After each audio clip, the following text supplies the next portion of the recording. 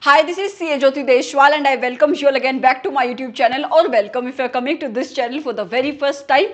I hope that you guys are doing super great और finally वो घड़ी आ गई है जिसे आप कहते हो इम्तिहान की घड़ी। और इस इम्तिहान की घड़ी में इट इज़ वेरी इंपॉर्टेंट कि आप अपने पेपर को बहुत अच्छे से अटेम्प्ट करो, स्पेशली अ पेपर लाइक ऑडिट।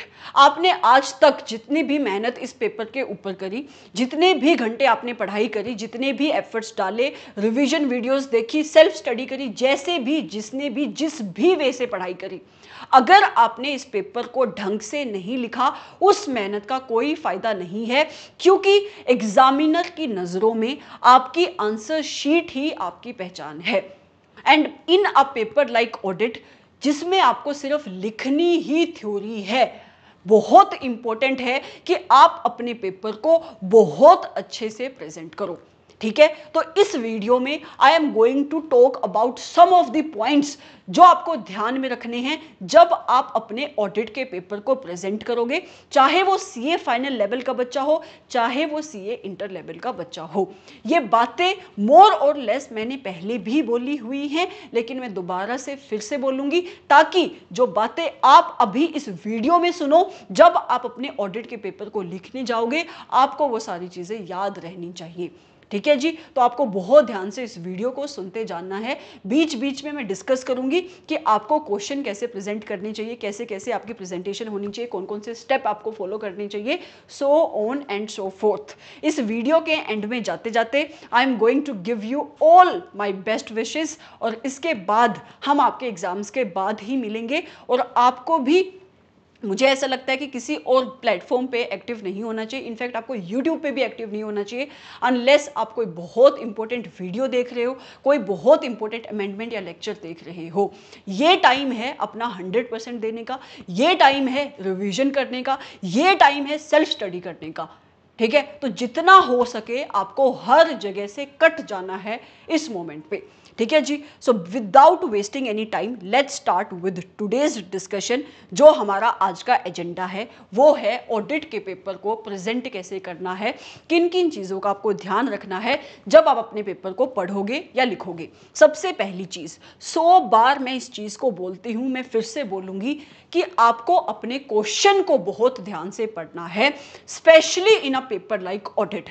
हर एक पेपर में ही आपको अपने क्वेश्चन को ध्यान से पढ़ना चाहिए, लेकिन ऑडिट में स्पेशली ऑडिट में और स्पेशली सीए फाइनल लेवल पे।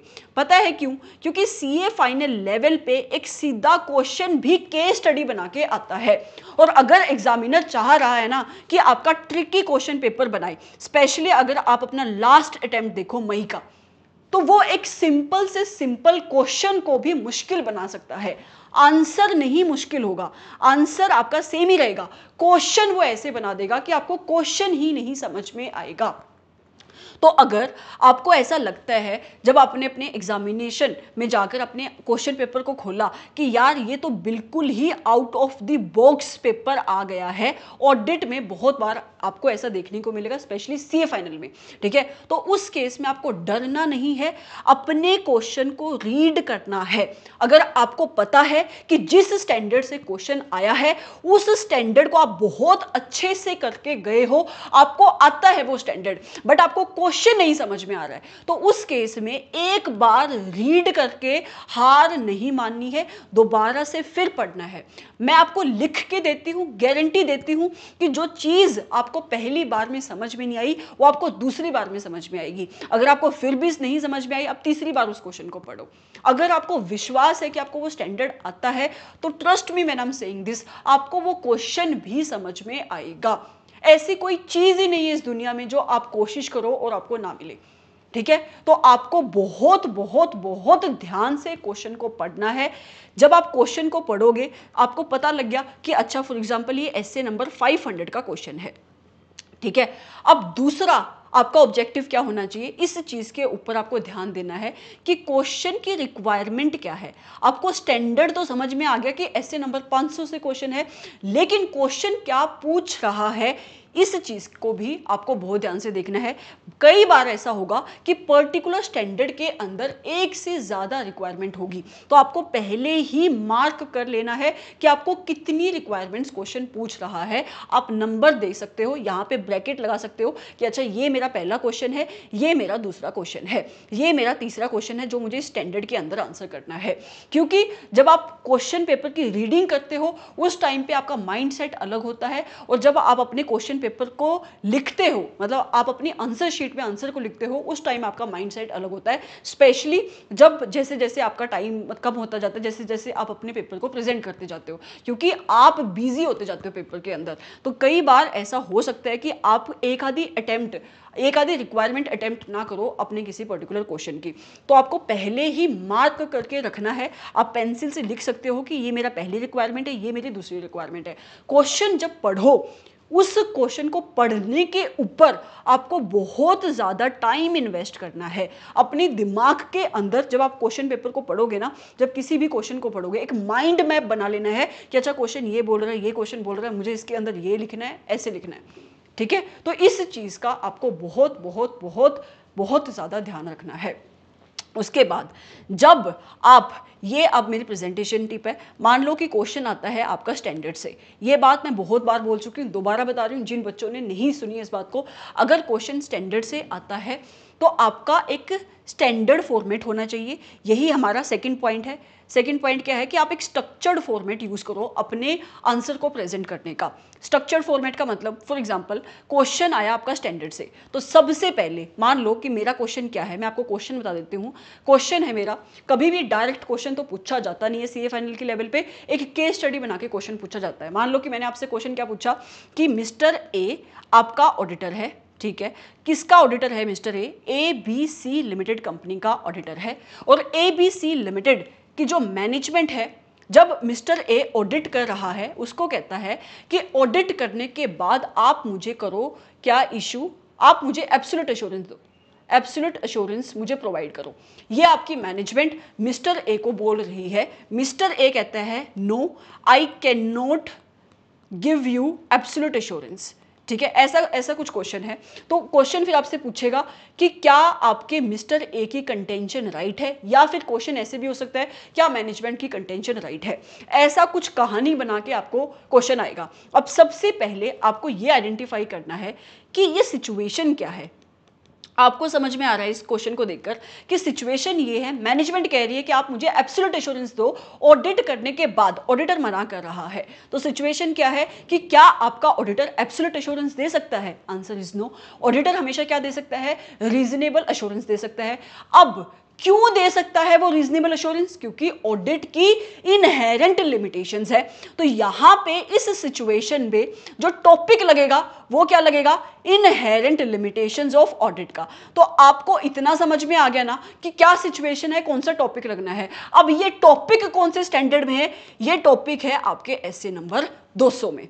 ठीक है, इतना आपको पता लग गया। जब आप क्वेश्चन पढ़ोगे, आपने देखा कि क्या यही रिक्वायरमेंट है या कोई और रिक्वायरमेंट भी पूछ रहा है, आपको पता लगा एक ही रिक्वायरमेंट है। ठीक है, जब आप अपने क्वेश्चन पेपर को अटेम्प्ट करने लगोगे, अब एसए का क्वेश्चन पेपर कैसे आपको शुरू करना, हमेशा सबसे पहले एसए नंबर 200 लिखना है, जो भी स्टैंडर्ड वहां पे अप्लाई हो रहा है। इन्वर्टेड कोमास में आपको स्टैंडर्ड का नाम लिखना है।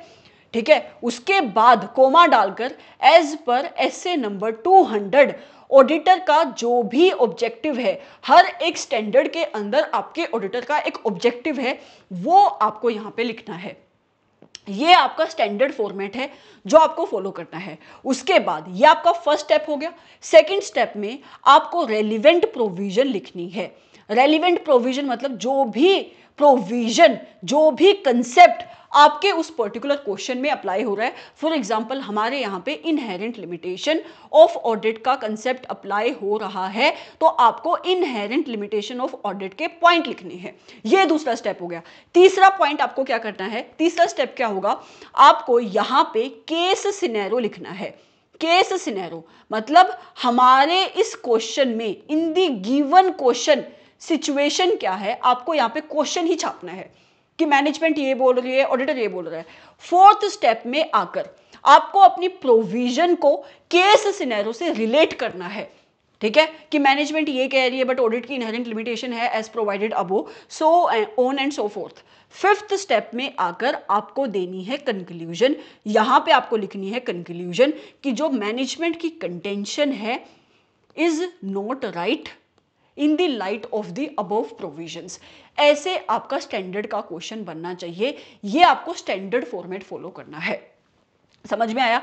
अब मान लो क्वेश्चन आ जाता है आपका कंपनी ऑडिट से, तो उसमें भी मोर और लेस आपका सेम ही पैटर्न रहेगा। स्टैंडर्ड के नंबर और नाम की जगह आपकी, मान लो क्वेश्चन कह रहा है section number 141 subsection number 3 disqualification से क्वेश्चन है, तो यहां पे आप सेक्शन नंबर लिखोगे, सेक्शन की रेलिवेंट प्रोविजन को आप मेंशन करोगे, उस पर्टिकुलर सेक्शन का कौन सा पार्ट यहां पे अप्लाई हो रहा है उसको आप मेंशन करोगे, केस सिनेरियो क्या है उसको मेंशन करोगे, प्रोविजन को केस सिनेरियो से रिलेट करोगे, यहां पे अल्टीमेटली आप अपनी कंक्लूजन को लिखोगे।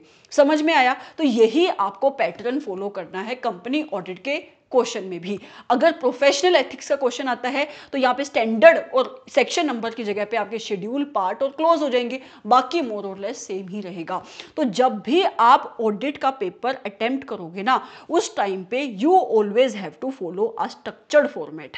बहुत मायने रखता है कि आप ढंग से अपने पेपर की प्रेजेंटेशन कर रहे हो। तीसरा, आप की पॉइंट्स को हाईलाइट कर सकते हो। अब मैं इस चीज के ऊपर ये नहीं कह रही कि आप ज्यादा टाइम इन्वेस्ट करो। अब जैसे जैसे मान लो कि आपने यहां पे क्या किया, अभी यहां पे आपने सेक्शन नंबर लिखा, ठीक है, सेक्शन नंबर 141 सबसेक्शन नंबर 3, तो आप जैसे लिख रहे हो साथ साथ में एक लाइन लगा दो ऐसे, ठीक है, यही हाईलाइट हो गया। वहां पे कोई नहीं कह रहा कि आप स्केल से लाइन लगाओ या इसको बॉक्स में रखो, बस इतना आप हाईलाइट कर सकते हो, राइट। या आप शेड्यूल हो गया, पार्ट हो गया, क्लोज हो गया, कौन सा अप्लाई हो रहा है आप उसको हाईलाइट कर सकते हो। जो आपका कंक्लूजन आपने जहां पे लिखा है आप उसको अंडरलाइन कर सकते हो। तो ये चीज आप कर सकते हो। इससे होगा क्या कि एग्जामिनर के जहन में जब वो पेपर चेक करेगा ये सारी चीजें हाईलाइट होके आएंगी, अंडरलाइन की हुई चीज के ऊपर वो ज्यादा ध्यान देगा, ठीक है। तो ये आपका नेक्स्ट पॉइंट है जो आप कर सकते हो। आपको ज्यादा एक्स्ट्रा टाइम कुछ भी नहीं लगाना है इसके ऊपर, बस आप जैसे लिख रहे हो लिखते लिखते आपको सिर्फ ऐसे अंडरलाइन कर देना है, ठीक है। फिर आता है आंसर इन सीक्वेंस। इसका क्या मतलब हुआ? मैंने आपको अभी बोला कि एक क्वेश्चन के अंदर एक से ज्यादा पार्ट हो सकते हैं। पहली लाइन आपकी क्वेश्चन की, मान लो एक क्वेश्चन पूछ रही है, उससे अगली लाइन में दूसरा क्वेश्चन है, तो आपको जिस वे से वो पार्ट पूछे हैं उस क्वेश्चन के अंदर आपको वैसे ही आंसर देने हैं। मतलब सबसे पहले आप इस पार्ट का आंसर दोगे, उसके बाद आप इस पार्ट का आंसर दोगे। अगर आपको नहीं आता है पार्ट नंबर 1 का तो ऑब्वियसली आप कुछ नहीं कर सकते, आप पार्ट नंबर 2 का ही आंसर दोगे। लेकिन अगर आपको दोनों ही आंसर आते हैं तो सबसे पहले आप 1 लिखोगे, फिर आप अपना दूसरे पार्ट का आंसर दोगे। तो आपको ध्यान रखना है कि जिस भी सीक्वेंस में आपसे क्वेश्चन पूछा गया है उसी सीक्वेंस में आप अपना आंसर दो। उसके बाद make sure that you are writing a very neat and legible writing. इसका क्या मतलब है कि आप ऐसी राइटिंग लिखो कि सामने वाला बंदा यार आपके पेपर को पढ़ सके। अब अगर मैं ये बोलूं मैंने ऐसे कुछ लिखा है तो इसको किसी को भी इस पर्टिकुलर चीज को पढ़ने का मन नहीं करेगा, है ना। तो आप अपने पेपर को ऐसे प्रेजेंट करो कि सामने वाला बंदा पढ़ सके। अब मैंने पता नहीं पहले कभी इस चीज को पॉइंट आउट किया था कि एक बच्चे की आंसर शीट थी शायद, जब मैंने डिस्कस करी उसकी राइटिंग समझ में नहीं आ रही थी, मुझे नहीं आ रही थी समझ में। तो वहाँ पे किसी ने कमेंट डाला कि प्रोफेशनल लेवल का पेपर है, अब वहाँ पे क्या हम राइटिंग सजाने के लिए बैठे, ऐसा कुछ उसका कमेंट था, ठीक है, कि प्रोफेशनल पेपर है, हम प्रोविजन लिख दे उतना ही बहुत सफिशिएंट है। मैं आपको फिर से कह रही हूँ, कोई आपको ये नहीं कह रहा कि वहाँ पे आप अपनी एग्जामिनेशन में जाकर आप अपनी आंसर शीट को सजाओ, लेकिन आप इतना तो लिखो ना कि सामने वाला बंदा जो आप कहना चाह रहे हो वो उसको समझ सके। अगर मुझे आपका लिखा हुआ वर्ड ही नहीं समझ में आ रहा है तो मैं कैसे आपको मार्क्स दूंगी?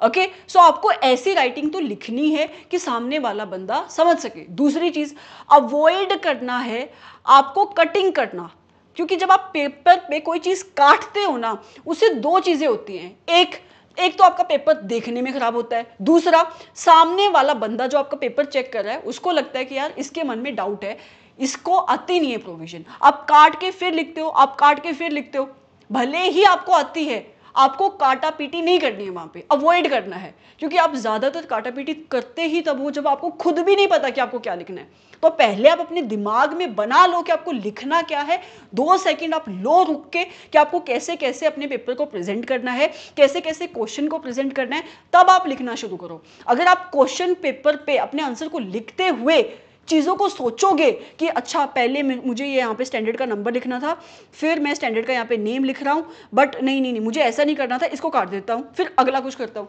This is a wrong way, because आप खुद ही श्योर नहीं हो आपको क्या लिखना है, तो एग्जामिनर कैसे श्योर होगा कि उसको आपको नंबर देने या नहीं देने। So you needs to be very sorted in your mind कि आपको क्या लिखना है। तो आपको अननेसेसरी चीज़ों को लिखना अवॉइड करना है, अननेसेसरी कटिंग को अवॉइड करना है। Make sure that you are including definition. ये चीज़ कहाँ पे अप्लाई होगी? फॉर एग्जाम्पल मान लो आपको एक क्वेश्चन आया, management and operational audit are complementary and supplementary to each other, comment, ये आपका क्वेश्चन है। अब आपको ये क्वेश्चन आता है, ठीक है, कि management audit and operational audit are complementary and supplementary to each other. अब आपको इसको लिखना कैसे है? सबसे पहले आप मैनेजमेंट ऑडिट की डेफिनेशन लिखो, आप ऑपरेशनल ऑडिट की डेफिनेशन लिखो, फिर आप अपने पॉइंट्स लिखो। अगर आप डायरेक्ट ही लिखना शुरू कर दोगे तो वो देखने में चीज़ अच्छी नहीं लगेगी। ऑल्दो ये ऐसा नहीं कि गलत है, बट एक चीज़ को प्रेजेंट करने का तरीका होता है, एक होता है किसी भी चीज़ को करना, एक होता है किसी भी चीज़ को अच्छे से करना, ठीक है। तो आपको 2 सेकंड लगती हैं, 1 मिनट लगेगी, मान लो मैनेजमेंट ऑडिट की डेफिनेशन लिखने में 1 मिनट लगेगी। 1 मिनट तो मैंने बहुत ज़्यादा बोल दिया, फिर भी 1 मिनट लगा लो, आपको डेफिनेशन लिखने में लगी, बाकी आप प्रोविजन लिख सकते हो। तो बहुत ज़्यादा अच्छा इंप्रेशन पड़ता है अगर आप चीज़ों को आप डायरेक्टली कभी भी किसी भी क्वेश्चन की प्रोविजन नहीं लिख सकते, स्पेशली जब आप थ्योरी का पेपर अटेम्प्ट कर रहे हो। सबसे पहले वो चीज़ है क्या, कौन सा सेक्शन है, आपको उसकी प्रोविजन लिखनी चाहिए, ठीक है। वहाँ पे उस पर्टिकुलर सिचुएशन में कौन सी प्रोविजन अप्लाई होनी है वो आपको लिखना चाहिए। उसके बाद आप सिनेरियो पे आते हो, ना कि आप डायरेक्टली पॉइंट लिखना शुरू कर देते हो। इन द सेम वे जहाँ पे आपके पास डेफिनेशन अवेलेबल है, पहले आप डेफिनेशन लिखो, फिर आप क्वेश्चन की रिक्वायरमेंट के ऊपर आओ, ओके। उसके बाद आपको ऐसे नंबर देना है, जहां पे भी ऐसे आप लिख रहे हो, अगर आपको ऐसे नंबर आता है तो आप ऐसे नंबर मेंशन करो। ऑडिट की जान ही स्टैंडर्ड्स हैं, तो अगर आपको लगता है कि मैं ऐसे लिख दूंगा कि रेलिवेंट स्टैंडर्ड में ये चीज़ है, तो ये गलत नहीं है ऐसे लिखना, बट अगर आप स्टैंडर्ड नंबर लिखोगे तो वो एक अलग ही इंप्रेशन देता है। आपने अपने एमटीपी के पेपर देखे होंगे, अपने आरटीपीज देखे होंगे, इंस्टीट्यूट के सजेस्टेड आंसर्स देखे होंगे, आप वहाँ पे देखो कि वहाँ पे कितनी इन डेप्थ में चीज़ें लिखी होती हैं।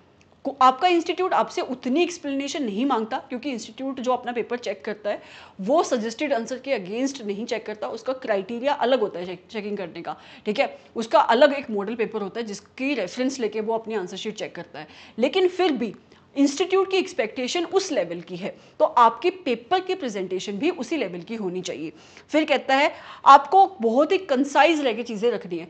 आपको कोई क्वेश्चन पेपर में कोई क्वेश्चन ऐसा है जो बहुत ज़्यादा अच्छे से आता है, इसका मतलब ये नहीं कि आपको सारी की सारी नॉलेज वहीं पे झाड़ देनी है। जो क्वेश्चन में पूछा है टू द पॉइंट आपको आंसर देना है, राइट। जितना हो सके टेक्निकल लैंग्वेज को यूज़ करने की कोशिश करना, प्रोफेशनल लैंग्वेज को यूज़ करने की कोशिश करना। अगर नहीं आती है आपको प्रोफेशनल लैंग्वेज, फिर भी आपको पॉइंट लिखने हैं, वहाँ पे भी जितनी अच्छी इंग्लिश हो सके, ठीक है। जैसे एग्जामिन करना एक वर्ड है, एग्जामिन करने की जगह आप असर्टेन लिख सकते हो, ठीक है। तो जो भी आपका बेटर वर्ड है, आपने आज तक इतनी ऑडिट पढ़ी है तो आपको पता है कि ऑडिट में लाइंस कैसे लिखी होती है, तो ट्राई करना है कि आप टेक्निकल लैंग्वेज ही यूज़ करो अपने पेपर में। उसके साथ साथ जब आप अपने आंसर को लिखोगे, आपको बहुत फोकस्ड रह के पेपर को लिखना है। आपको ये नहीं भूलना है कि क्वेश्चन पूछ क्या रहा है, आपको उस चीज से डिस्ट्रैक्ट नहीं होना है, टू द पॉइंट आपको बात करनी है, राइट। क्रॉस रेफरेंसिंग आपको हमेशा देनी है। फॉर एग्जांपल एक क्वेश्चन आता है फ्रॉड से, ठीक है, तो फ्रॉड में आपका कारों की प्रोविजन भी लगती है, section number 143 sub section number 12 भी लगता है, रूल भी लगता है, और इसके साथ साथ ऐसे नंबर 240 भी लगता है। तो उस पर्टिकुलर सिचुएशन में अगर कोई 700 की रिपोर्टिंग की रिक्वायरमेंट है तो कहाँ से उस पर्टिकुलर सिचुएशन में कौन कौन सी प्रोविजन लगती है, आपको हर जगह क्रॉस रेफरेंसिंग देने की कोशिश करनी है, ओके। प्रूफ रीड कर सकते हो आप। अगर आपको लगता है कि आपका टाइम से पहले पेपर खत्म हो गया है तो आप सबमिट करने से पहले अपनी एक बार आंसर शीट को ऊपर ऊपर से ओवरव्यू जरूर करना हर एक पेपर की। रीजन भी कई बार जल्दी जल्दी में चीजें छूट जाती हैं, आपको आती होती है बट फिर भी आप लिखना छोड़ देते हो या गलती से कोई और सेक्शन नंबर आप लिख देते हो। So it is very important कि अगर टाइम अलाउ करता है तो आप प्रूफ रीडिंग करो। उसके बाद आपको बहुत क्लैरिटी मेंटेन करनी है जब आप अपने आंसर को लिखोगे, क्योंकि अगर आप अपने दिमाग में खुद ही सॉर्टेड नहीं हो कि आपको चीज़ें कैसे करनी है, आप खुद कंफ्यूज हो, तो तुम्हारा एग्जामिनर भी जब तुम्हारी आंसर शीट को चेक करेगा तो वो कंफ्यूज हो जाएगा। ठीक है, तो यही चीज़ों का आपको ध्यान रखना है कि जब आप अपने ऑडिट के पेपर को करो बहुत अच्छे से आपको अपने क्वेश्चन को पढ़ना है। फिर से बोल रही हूँ, बहुत अच्छे से क्वेश्चन को पढ़ना है, उसके रिक्वायरमेंट को समझना है, अपने दिमाग में माइंड मैप बनाना है कि क्या क्या चीज़ें आपको वहाँ पे लिखनी है। आपने इतनी पढ़ाई करी है, ऐसा हो ही नहीं सकता कि अगर बिल्कुल out of the box paper भी आ गया कि आपको उसमें से कुछ भी नहीं आता। पेपर आपको आता है, आंसर भी आपको आता है, बट आपको समझ भी नहीं आ रहा है कि लिखा क्या हुआ है। और जब आपको समझ में नहीं आती कोई चीज तो आपके अंदर डर बैठ जाता है, और जब डर बैठता है तब आपकी जजमेंट वीक हो जाती है। ठीक है, सो इट्स वेरी इंपॉर्टेंट कि आप बार बार उस चीज को पढ़ो। मैं लिख के देती हूं, मुश्किल से मुश्किल पेपर भी आप क्रैक कर सकते हो अगर आप ढंग से पढ़ रहे हो, बिना डर के आप पढ़ रहे हो तो। ठीक है, तो इन चीजों का आपको ध्यान में रखना है। उसके अलावा अब और कुछ भी मेरे को बताने को बचा नहीं है। All the best, all the best, all the very very best, all my best wishes are with you. I really hope कि नेक्स्ट बार जब हम मिलें, जो बच्चे सीए फाइनल में हैं वो सीए बन जाए, और जो सीए इंटर में हैं वो फाइनल में हो जाए। मतलब आप सेम लेवल पे रह के मुझसे ना मिलो। ठीक है, I would love to stay in connect with you. I'm talking about CA final students who are going to become chartered accountants, but not as a student, as a peer, right? And for those students who are in CA inter, I would love to see you in CA finals, right? क्योंकि आपको बहुत amazing audit CA final में पढ़ने को मिलेगी, specially अब नए syllabus में। ठीक है, बहुत अच्छे से पेपर करना, you've got this। जिस भी मोमेंट पे आपको ऐसा लगे कि आई एम फॉलिंग, अब मुझसे चीज़ें नहीं हो रही है, वो मोमेंट कभी भी आ सकती है। अब जब आप अपने लास्ट डेज में हो तब आप रिवाइज करो तब भी आ सकती है, या आप पेपर लिख रहे हो उस टाइम पे भी आ सकती है। आपको अपने आप को सिर्फ इतना बोलना है, नहीं, you've got this, everything is under control. अपने दिमाग को वैसे आपको बनाना है। ठीक है जी, so thank you so much for watching this video. बहुत अच्छे से पढ़ाई करना और कोशिश यही करना कि आप ज़्यादा किसी भी प्लेटफॉर्म पे अब एक्टिव ना रहो। ठीक है, so again all the very very very very best. Bye bye, stay tuned with the channel and with me as well. Bye bye. ये बाय बाय बोलने नहीं दे रहा यार। See, okay, bye bye.